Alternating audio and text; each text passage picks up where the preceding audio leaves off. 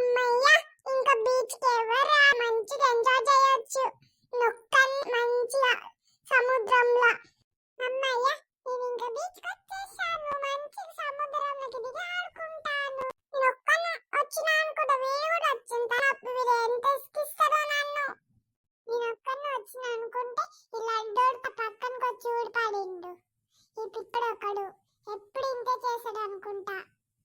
నేను వచ్చినారా ఫస్ట్ నన్ను తిడతావు.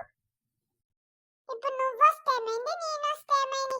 నువ్వు మా ఇద్దరి మధ్యలో గొడవ పెడుతున్నావా? నాతో అట్లా అంటావా? నేను సీఎం కొడుకురా, నాతో అట్లా అంటావా? నీ పని చెప్పవురా. నువ్వు సీఎం కొడుకు కావచ్చు, కానీ నేను అంబానీ కొడుకుండా. నన్ను ఏం చేయలేరు. ఏంటి బాబు కలబడుతురు? ఎన్నో మీకు ఇంత సమావేశం మంచి ఫ్రెండ్షిప్ కావచ్చుగా. మేము ఇష్టం వచ్చినట్టు కలపడతాం అంకుల్, మీరుకు మధ్యలో వచ్చారు. సరే బాబు, కానీ మీరు బీచ్ కలబడకొచ్చిరా లేకుంటే మంచి సర్ఫింగ్ ఈట కొట్టడానికి వచ్చిరా? ఎన్నో బాగా కలబడతారు. మంచి సర్ఫింగ్ చేయొచ్చుగా బాబు మీరు, బాగుంటది ఎల్లలు మధ్య.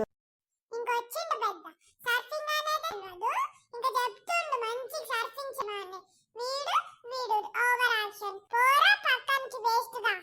బాబు మీకు పెద్దోళ్ళకి రెస్పెక్ట్ ఇస్తారు. మీ దేవుళ్ళు చూస్తారు బాబు, నేను మీకు శిక్షిస్తారు బాబు. పోరా పిచ్చోడా, దేవుడు లేడు ఆడలేడు.